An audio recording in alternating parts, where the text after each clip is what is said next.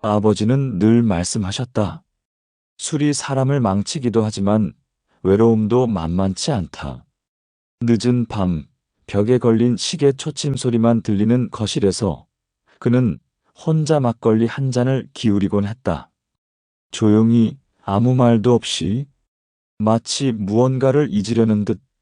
어머니가 돌아가시고 나서 그 술은 점점 짙어졌고 병원 진단 결과 알코올성 치매 초기라는 말을 들었을 땐 나는 목이 메어 아무 말도 할 수 없었다.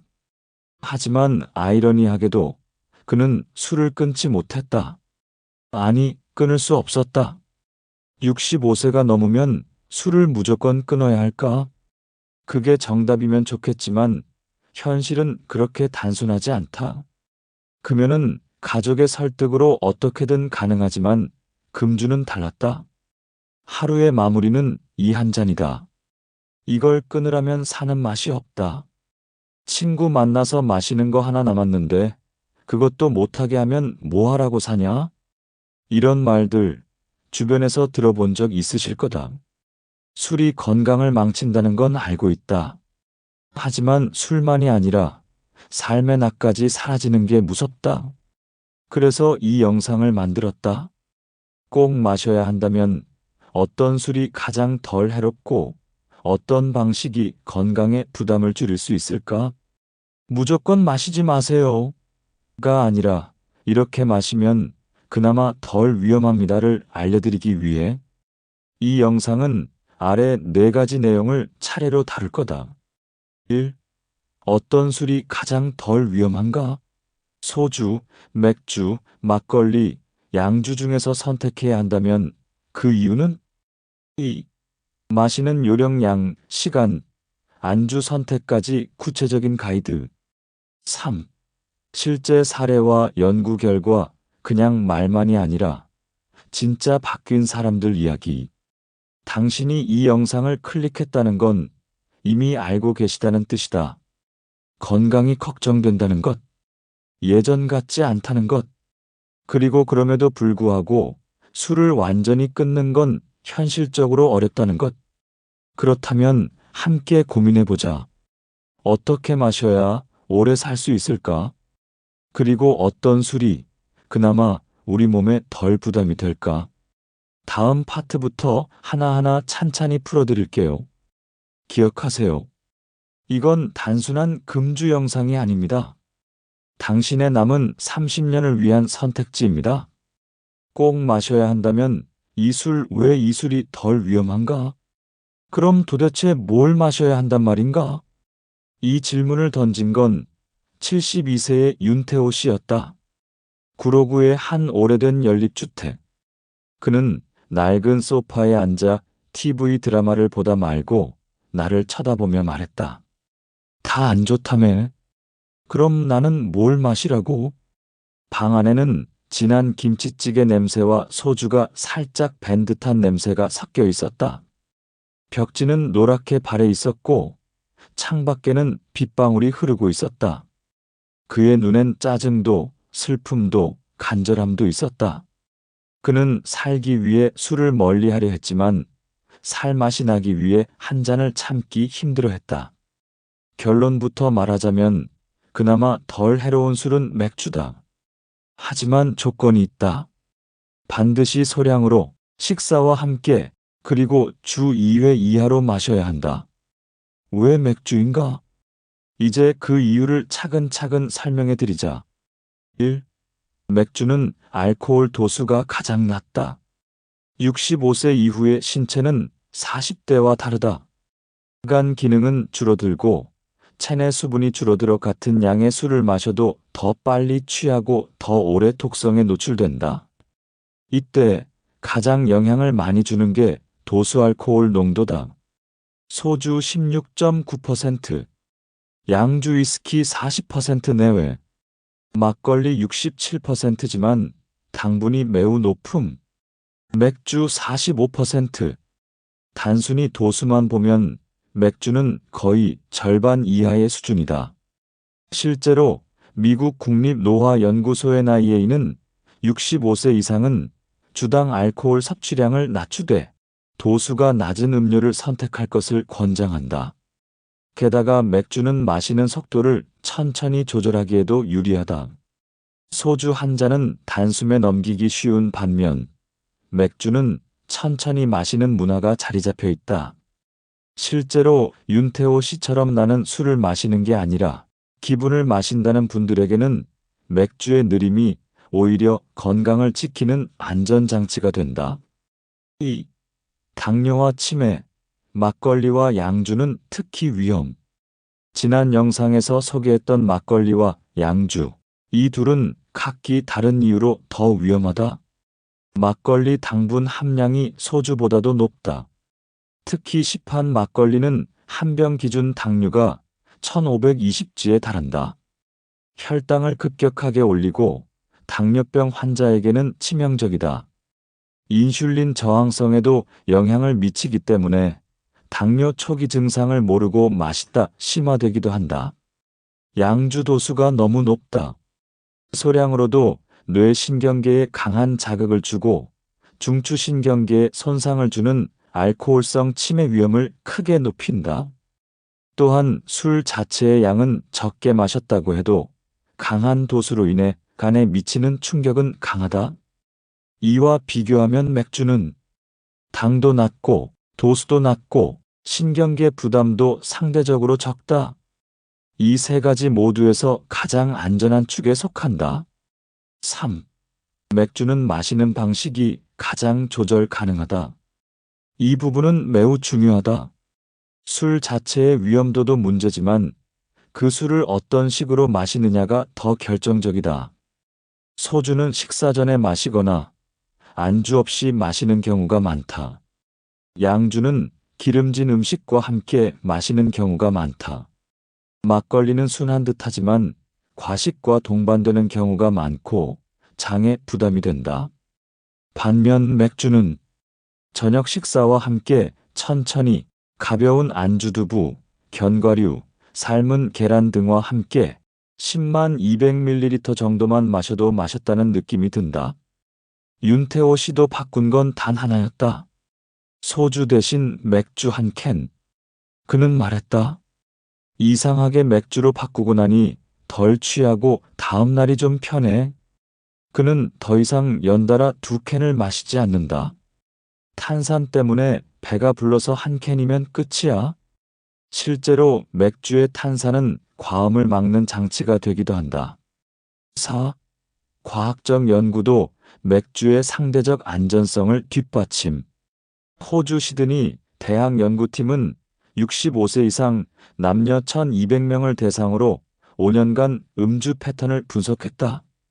그 결과 양주와 소주를 선호한 그룹이 인지기능 저하를 가장 빠르게 경험한 반면 저도주의 맥주를 선택한 그룹은 상대적으로 안정적인 상태를 유지했다. 서울대 보건대학원의 공동연구에서는 막걸리 섭취 빈도가 높은 60세 이상 그룹이 당뇨 전 단계 진입 비율이 2배 이상 높았다고 보고했다. 반면 주 12회 1캔 미만의 맥주 섭취 그룹은 대사증후군 위험도가 통계적으로 유의미하게 낮았다. 5. 단, 마셔도 되는 사람만 마셔야 한다. 중요한 점은 이거다. 모든 사람이 맥주를 마셔도 되는 건 아니다. 다음에 해당된다면 어떤 술이든 멀리해야 한다. 간 수치 AST, ALT가 정상 기준치보다 2배 이상 높은 분, 당화혈색소가 6.5% 이상인 분 당뇨, 수면 무호흡증이나 불면증으로 고생 중인 분, 고혈압약, 진정제, 항우울제 등을 복용 중인 분, 이런 경우엔 맥주 한 캔조차도 폭탄이 될 수 있다. 결론. 그래서 우리는 말할 수 있다. 꼭 마셔야 한다면 맥주. 단, 적당히 함께 천천히 마셔야 한다. 윤태호 씨는 지금도 매주 금요일 저녁이면 혼자 소파에 앉아 치킨 대신 두부조림, 과자 대신 삶은 달걀을 안주 삼아 맥주 한 캔을 마신다. 이젠 그가 말한다. 이게 내 건강한 자유야. 술을 끄는 건 아니지만 건강을 버린 것도 아니니까. 그의 눈빛은 예전과 달리 맑았다. 그리고 말끝엔 오래 살고 싶다는 의지가 담겨 있었다. 마시는 요령 이렇게 마셔야 덜 해롭다. 맥주든 소주든 술이라는 건 결국 독입니다. 다만 그 독을 어떻게 다루느냐에 따라 독이 약이 되기도 하고 반대로 약이 독이 되기도 합니다. 꼭 마셔야 한다면 맥주라고 했던 이유는 단순한 비교일 뿐이고 그보다 더 중요한 건 바로 마시는 방식입니다. 오늘 이 이야기를 끝까지 보신다면 여러분의 술이 조용한 독이 될지 삶의 여유 한 방울이 될지가 달라질 수 있습니다. 1. 혼술은 위험하다. 감정과 함께 마시는 술. 강릉에서 만난 박정자 할머니 76세. 작은 다세대 주택 2층에서 혼자 사는 그녀는 매일 저녁 7시 라디오를 켜고 혼자 막걸리를 따른다. 테이블 위엔 깨끗한 유리잔, 그리고 고등어 조림 한 접시. 겉보기엔 단정하고 평화롭다. 하지만 그녀는 고백했다. 사람 목소리 들을 데가 없으니까 술이 친구야. 그녀의 손은 가늘게 떨렸고 말끝엔 미묘한 공허가 감돌았다. 혼술은 단순한 습관이 아니라 감정의 구멍을 술로 채우는 일이다. 그럴 때 마시는 술은 조절이 안 된다. 오늘 한 잔이 내일 두 잔이 되고 다음 주엔 병이 된다. 게다가 혼자 마시면 판단력이 흐려지고 중단할 계기도 없다. 해결책은 작은 약속을 만드는 것이다. 예를 들어 이런 식이다. 매주 금요일 저녁 가족 영상 통화 후에 1캔만 마신다. 친구랑 전화하면서 반 캔만 마시고 나머진 냉장고에 남겨둔다. 이처럼 마시는 자리를 혼자 만들지 않는 습관. 이게 가장 건강한 첫걸음이다. 2. 빈속엔 절대 마시지 말 것. 많은 어르신들이 배 안 고플 때 한 잔이 더 맛있다고 말한다. 그 말 정말 위험하다. 공복 상태에서 마시는 술은 위 점막을 바로 자극하고 알코올 흡수 속도를 2배 이상 높이며 뇌까지 도달하는 시간도 단축된다. 한마디로 말하면 같은 양을 마셔도 더 취한다는 뜻이다. 서울대병원 소화기내과 장현우 교수는 60대 이상은 위벽 재생 능력이 떨어지고 알코올로 인한 점막 손상이 더 심각해질 수 있다고 지적한다. 해결책은 마시기 30분 전 작은 단백질 식사를 하라. 두부 한 모, 삶은 달걀 1개, 바나나나 아보카도 반 개. 이 정도로도 위에 보호막을 형성해준다. 정자 할머니는 이제 술상 대신 식탁을 먼저 차린다. 술은 밥 먹고 한 모금. 그럼 속이 안 싸하다니까. 그녀의 습관 하나가 바뀐 뒤 얼굴 색이 조금씩 좋아지기 시작했다. 3. 정해진 양과 속도를 지켜라. 윤태호 씨는 지금도 냉장고 문에 종이를 붙여놓고 산다. 거기엔 이렇게 적혀 있다. 마이너스 일주일 2회 이하, 1회 330ml 이하, 마시는 시간 최소 30분 이상. 그는 말한다. 이 종이가 내 술 친구야.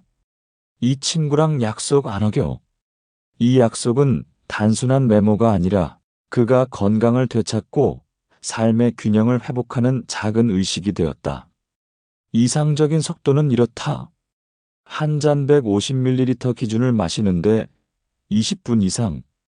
한 모금 마신 후 물을 반드시 한 모금 곁들이기. 안주와 함께 씹는 동작을 병행해 흡수 속도 낮추기. 이것만 지켜도 술이 몸에 쌓이지 않고 천천히 배출된다. 4. 해독 타이밍을 확보하라. 술을 마신 뒤 12시간 안에 간은 알코올을 분해하고 독소를 처리하는 데 집중한다. 그런데 이 시간 동안 커피를 마시고 진통제를 복용하고 탄산음료나 라면으로 해장을 하면 간은 더욱 지친다. 반드시 해독 타임을 비워줘야 한다. 물 1.5리터 이상 마시기. 잠들기 전 꿀물 5전해질 음료 한 컵. 다음 날은 금식 대신 소화 잘 되는 죽이나 미음 섭취. 이때 중요한 건 쉬는 간을 만들어주는 것이다. 윤태호 씨는 술 마신 다음 날엔 꼭 산책을 나간다. 그는 말한다. 술 마신 다음 날은 몸이 아니라 마음을 움직여야 해. 오, 이렇게까지 해야 마시냐는 질문이 든다면 그 말이 바로 핵심이다. 이렇게까지 해야 마셔야 한다면 정말 마셔야 할까? 이 질문은 술을 마시는 모든 어르신들이 가슴에 품어야 할 문장이다. 건강을 잃고 약을 먹으며 손을 떨면서도 술을 놓지 못하는 그 순간, 우리 안의 외로움과 허전함이 얼마나 깊은지 다시 마주해야 한다. 박정자 할머니는 요즘 매실청을 탄 탄산수를 마신다. 색도 기분도 분위기도 술 같지만 몸은 훨씬 편하다. 그녀는 말한다. 술 대신 기분을 마신다니까. 탄산도 톡톡 튀고 이젠 목 넘김도 좋아. 술을 끊으라는 말이 아니다. 술을 사람보다 먼저 두지 말자는 말이다. 정리하자면 이렇게 마시면 덜 해롭습니다. 1. 절대 혼자 마시지 않는다. 감정을 술로 덮지 말기. 2. 빈속에 마시지 않는다. 위와 간 보호를 위해 꼭 식사와 함께. 3. 정해진 양과 시간 지키기. 주 2회 이하, 1회 맥주 1캔 이내, 30분 이상 천천히. 4. 해독 시간 확보하기. 수분 보충, 진통제 피하기, 다음날 휴식 유지. 5. 꼭 필요한 술만, 목적 있는 술만 마시기. 왜 마시는가를 스스로 점검. 딱 하루만 안 마셔보자. 그 말이 얼마나 위험한 주문인지 몰랐다. 딱 하루만 안 마시는 게 이렇게 힘들 줄은 몰랐다. 첫날 아침, 박정자 할머니는 손을 덜덜 떨며 화장실로 갔다. 소주 반 병이 없으면 안 되던 위장이 그날따라 물 한 잔도 제대로 못 삼켰다. 침대 모서리에 앉아 다리 위에 손을 올리고 한참을 가만히 있었단다. 마음이 갑자기 뻥 비어 마치 뭔가 놓고 온 사람처럼 기분이 이상했다. 내가 나를 보는 것 같은데 그 안에 내가 없는 느낌. 정자는 종이컵에 따뜻한 물을 따라 놓고 술처럼 입을 대보았다. 텁텁하고 밍밍하고 아무 감정도 안 났다. 7일차 내가 예민한 게 아니야. 이게 진짜 나였던 거야. 금주 7일차. 정자는 이웃에게 화를 냈다. 왜 인사를 그렇게 해요? 아, 아니에요. 그냥 자기도 모르게 소리를 질렀다. 그날 밤 스스로를 탓하며 울었다. 하지만 며칠 후 깨달았다. 그건 술이 빠지며 드러난 진짜 감정이었다. 늘 화가 났던 게 아니라 늘 무감각하게 눌러왔던 감정이었던 것이다. 그동안 내가 예민한 줄 알았는데 아니었더라고. 그냥 내가 나를 모르고 살았던 거지. 그 말과 함께 그녀의 눈가엔 맑고 깊은 주름이 번져 있었다. 아, 이건 단순한 노화가 아니라 내면의 깊이를 간직한 사람만이 가질 수 있는 표정이었다. 21일차 술 대신 만드는 루틴. 술 대신 뭘 하냐는 사람들에게 정자는 이렇게 말한다. 할 거 없지. 근데 그래서라도 뭘 하나라도 해야 해. 내가 나를 채워야 하니까. 그녀의 루틴은 이렇게 바뀌었다. 아침엔 10분 걷기 무릎 아파도 그냥 바람 쐬러. 점심엔 혼밥 노트 오늘 먹은 반찬과 기분 한 줄 쓰기. 저녁엔 정리박스 하나 열기 오래된 앨범이나 물건 정리. 밤엔 따뜻한 유자차 한 잔 마음에 천천히 안착하는 감각. 특히 좋아하는 건 밤마다 스스로에게 쓰는 편지다. 그날 화가 났던 일, 좋았던 대화, 떠오른 기억. 모두 적는다.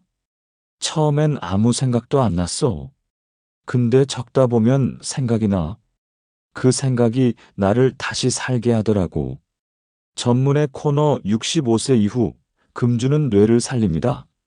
서울 노인의원 정신건강의학과 김유선 원장에 따르면 65세 이후 음주 습관은 다음과 같은 영향을 준다.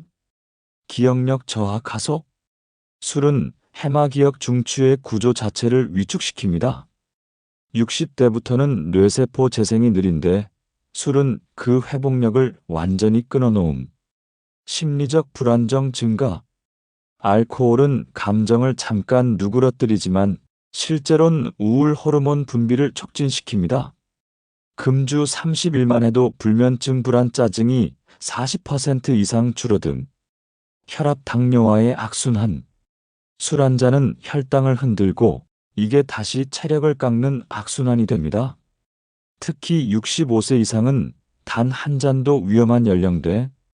100일 후 정자는 말했다. 나는 내 기억을 되찾았다. 100일째 아침. 정자는 오늘도 유자차를 마셨다. 기분 좋은 향이 코끝을 지나 목구멍을 타고 가슴으로 내려갔다. 그 감각이 너무나 맑아서 그녀는 조용히 눈을 감았다. 그리고 이렇게 말했다. 나는 내 기억을 되찾았어. 잊고 살았던 내 말투, 내 생각, 그리고 내 얼굴. 예전엔 술을 마시며 자신을 지우던 시간. 이젠 그 시간마다 오히려 더 또렷하게 자신을 만나고 있다. 마무리 메시지. 술 없는 인생은 텅 빈 게 아니다. 술을 끊으면 인생이 재미없을 거라 생각한다. 다시는 웃지 못할 것 같고 세상과 벽이 생길 것 같고 나만 외딴 섬이 될 것 같다고. 하지만 그건 착각이다. 술 없는 인생은 텅 빈 게 아니라 오히려 진짜 나로 가득 찬 공간이다. 조용한 음악을 귀로 들을 수 있고 책 한 장에 눈물이 나고 누군가와 나눈 말이 마음속에 오래 남는다. 술은 그것들을 전부 무디게 만들었을 뿐이다. 이제 당신의 기억을, 감정을, 웃음을 다시 꺼내놓을 시간입니다. 오늘부터 1일, 딱 하루만 술 없이 살아보세요. 그 하루가 당신의 삶 전체를 바꿉니다. 내가 술에서 배운 것들.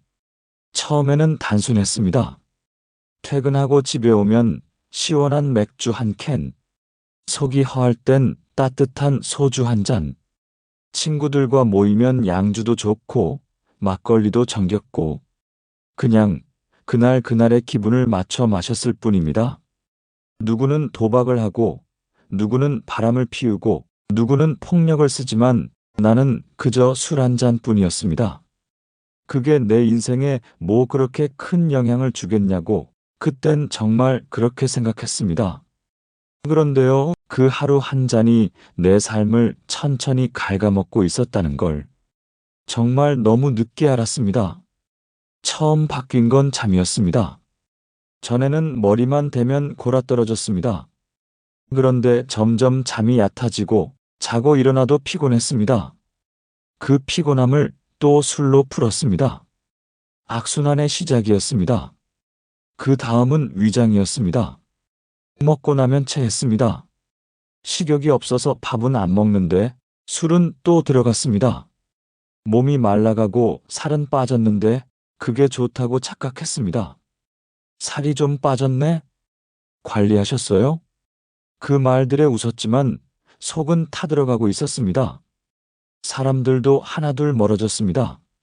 처음엔 다 같이 웃으며 마시던 친구들. 언제부턴가 연락이 뜸해지고 만나면 너 요즘 좀 심하다는 말을 하더군요. 그때도 저는 오히려 화가 났습니다. 왜 나한테만 뭐라 해? 다 같이 마셨잖아. 하지만 솔직히 말하면 그 사람들도 제가 무서웠을 겁니다. 눈이 풀려 있고 말이 거칠어지고 같은 얘기를 몇 번씩 반복하는 저를 이젠 피하고 싶었겠지요. 무너진 건 결국 제 자신이었습니다. 어느 날 거울을 보는데 눈빛이 하나도 없었습니다. 웃고 있는데 웃는 게 아니었고 아무도 없는데 괜히 화가 나고 누가 걱정해줘도 귀찮고 몸이 아파도 병원 가기가 싫고 그때 깨달았습니다. 이대로 가면 정말 끝이다. 그래서 술을 끊기로 했습니다. 사실 끊겠다는 말은 그 전에도 수십 번 했습니다. 이번엔 달랐던 건 정말 무서워졌기 때문입니다. 몸이, 마음이, 관계가 모두 다 무너지는 게 느껴졌습니다. 더는 미룰 수가 없었습니다. 처음 며칠은 지옥이었습니다. 밤에 잠이 안 와서 뒤척이고 새벽에 가슴이 답답해서 나가 걷고 마트 술 진열대 앞에서 발걸음이 멈췄습니다. 냉장고에 있던 맥주캔을 쓰레기 봉투에 버릴 때 손이 덜덜 떨렸습니다. 한 캔, 두 캔, 봉투가 무거워질수록 제 마음도 무거워졌습니다. 이렇게까지 해야 하나? 남들은 그냥 즐기면서 마시는데 억울했습니다. 왜 나만 못 마셔야 하나? 왜 나는 술을 조절하지 못하는 사람인가? 하지만요, 그 마음마저도 지나갑니다. 3일, 7일, 14일, 그 고비를 하나씩 넘기면 신기하게도 아침이 다르게 느껴집니다. 숨 쉬는 공기가 맑고 햇살이 따뜻하고 뜨거운 국물이 맛있고 아내의 잔소리가 반갑고 손주의 제잘거림이 웃음이 됩니다. 예전에는 술 없이 어떻게 인생을 즐기나 싶었는데 지금은 술이 있었을 때 나는 도대체 뭘 느끼며 살았나 싶습니다. 그리고 사람들도 돌아옵니다. 그동안 미안했던 친구가 전화를 줬고 딸이 함께 산책을 하자고 했습니다. 아내가 말했습니다. 요즘 당신 같아서 좋아. 그 말 한마디에 정말 눈물이 핑 돌았습니다. 그토록 지겹게 마시던 술. 이제는 그리움보다 두려움이 앞섭니다. 그 시절로 다시 돌아가고 싶지 않습니다. 몸이 고장나서가 아니라 마음이 죽어 있었던 시간이었기 때문입니다. 이제 저는 압니다. 술이란 건 적당히 마시는 사람이 아니라면 안 마시는 게 정답이라는 걸요. 나이가 들수록 몸은 회복력이 떨어지고 마음은 외로움에 더 약해집니다. 그때 술은 달콤한 위로처럼 다가와 가장 소중한 것들을 하나씩 앗아갑니다. 만약 지금 이 영상을 보시는 분 중에 나는 아직 괜찮다는 생각이